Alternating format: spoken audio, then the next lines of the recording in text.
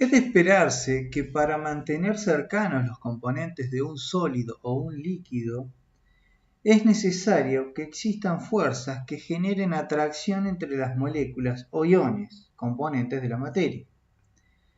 En un compuesto iónico como el cloruro de sodio, es fácil identificar las fuerzas que mantienen unidos a los átomos que componen el cristal.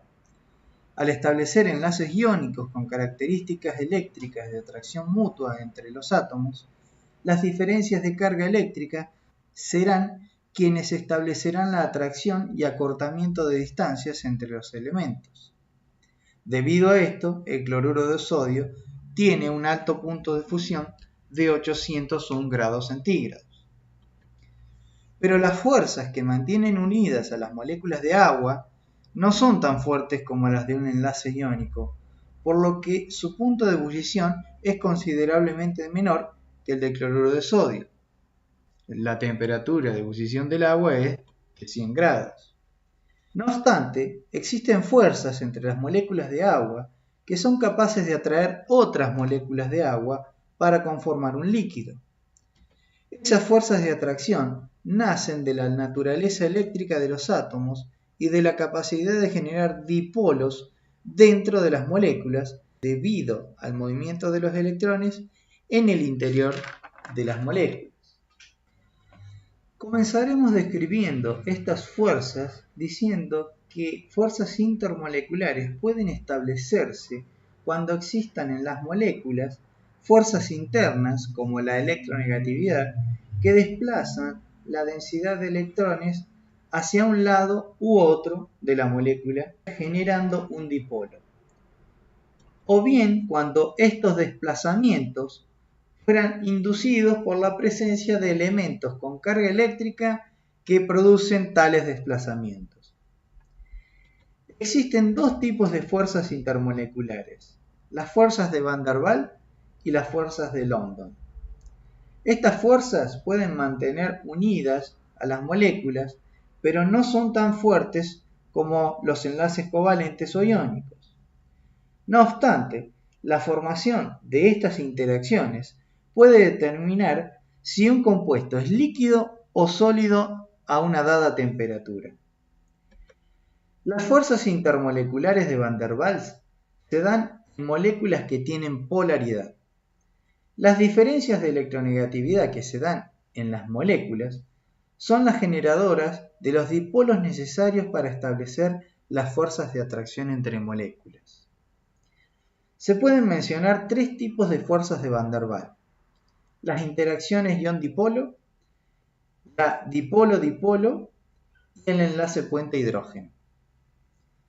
En las fuerzas de tipo ion-dipolo, un catión podrá atraer a moléculas vecinas si en los alrededores hay moléculas polares.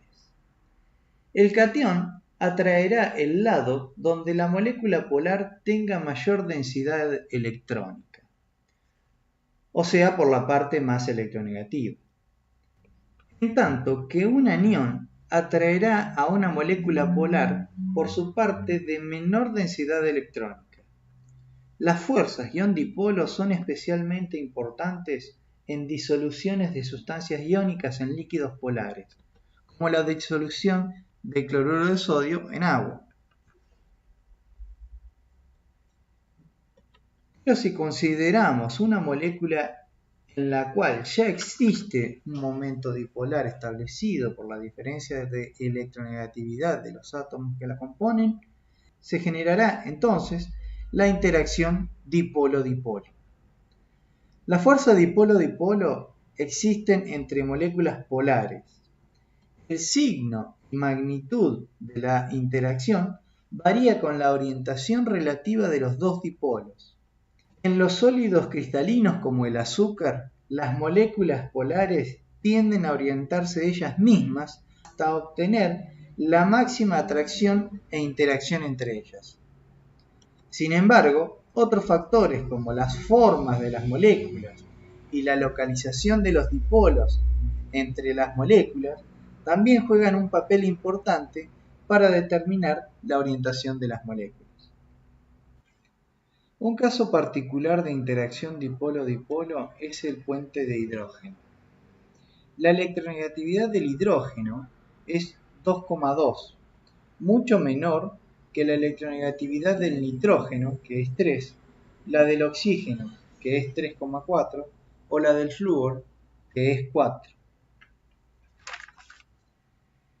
El enlace puente-hidrógeno se establece entre el hidrógeno parcialmente positivo de una molécula y un par de electrones sin compartir de un átomo de nitrógeno, oxígeno o flúor presente en otra molécula. Se enfatizan los elementos nitrógeno y oxígeno, ya que la unión entre nitrógeno e hidrógeno y oxígeno e hidrógeno es muy frecuente en moléculas orgánicas, y el puente de hidrógeno es de las interacciones moleculares que participan en procesos químicos de importancia biológica. Desde mantener unidas a las moléculas de agua hasta ser responsables de la doble hélice de ADN, pasando por el establecimiento de diferentes niveles estructurales de las proteínas. La importancia química y biológica del puente de hidrógeno es tal que si no se pudieran establecer puentes de hidrógeno entre las moléculas de agua, la vida como la conocemos no sería posible. Las fuerzas de Van der Waals se establecen entre moléculas polares o donde se puede establecer un momento dipolar. Pero, ¿qué sucede con las moléculas no polares? En las moléculas no polares, por su conformación atómica y su geometría, no se establecen momentos dipolares, por lo que no se podrían establecer interacciones moleculares. Pero esto también implicaría que no podrían licuarse o solidificarse.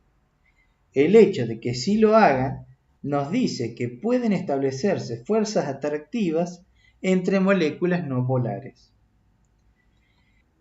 ¿Es posible inducir dipolos en moléculas no polares que resulten en atracciones intermoleculares? A estas fuerzas se las llama fuerzas de dispersión de London. Generalmente, los electrones en moléculas no polares se distribuyen simétricamente, pero los electrones se encuentran en constante movimiento. Supongamos que en un momento determinado, los electrones de un átomo están desplazados ligeramente de tal manera que el átomo posea un momento dipolar instantáneo. Este momento dipolar instantáneo induciría un momento dipolar similar en una molécula adyacente debido a los movimientos casi sincronizados de los electrones. El resultado es una fuerza atractiva entre dos moléculas, llamada dipolo-dipolo inducido. El ejemplo más clarificador respecto a las fuerzas de dipolo inducido se puede dar con los halógenos: el cloro, el bromo y el yodo. A temperatura ambiente, el cloro es un gas, el bromo es un líquido y el yodo es un sólido. Los tres constituyen moléculas diatómicas cuyo momento dipolar es cero. ¿Qué fuerzas atractivas hacen que el bromo y el yodo sean líquido y sólido respectivamente? Consideremos el tamaño molecular de los tres. Como los tres pertenecen al grupo 7A de los halógenos, el radio atómico del cloro será el más pequeño, el bromo le seguirá y el yodo será el mayor. En cuanto a la molécula, por lo tanto, será lo mismo. La molécula de cloro será más pequeña, le seguirá la de bromo y la más grande será la de yodo. Si observamos el espacio por el que se mueven los electrones, veremos que el volumen molecular del cloro es el menor, le sigue el del bromo y por último el del yodo. Se puede decir que el confinamiento de los electrones en el volumen pequeño de la molécula de cloro resultará en una distribución homogénea de los electrones dentro de la nube electrónica de la molécula de cloro. Esto significa que será menos probable que pueda formar un momento dipolar instantáneo, y las fuerzas atractivas entre moléculas no se manifestarán. En cambio, la nube electrónica de la molécula de bromo tiene un volumen mayor, donde la probabilidad de generar un momento dipolar instantáneo es mayor, y por lo tanto aumentan las fuerzas atractivas entre moléculas. La molécula de yodo tiene, de los tres, la mayor nube electrónica, por lo que la probabilidad de generar un momento dipolar instantáneo es mucho mayor, por lo que las moléculas de yodo tienen la mayor fuerza atractiva. Por estas razones, el cloro es un gas, el bromo es un líquido y el yodo es un sólido. A temperatura ambiente, la generación de dipolos induce la formación de otro y este induce la formación de otro, y así se irán uniendo las moléculas formando los entramados moleculares correspondientes a un líquido o a un sólido. Por último, están las fuerzas ion-dipolo inducido, ya sea debido a la presencia de una molécula polar o a un ion. Al estar cerca de una molécula no polar, genera sobre esta una distorsión en la nube de electrones, induciendo la formación de un momento dipolar transitorio en la molécula no polar y en consecuencia se genera una fuerza de atracción intermolecular. En conclusión, podemos decir que tanto las moléculas polares como no polares pueden originar fuerzas intermoleculares que determinan en última instancia el tipo de estado de agregación, sólido, líquido o gaseoso.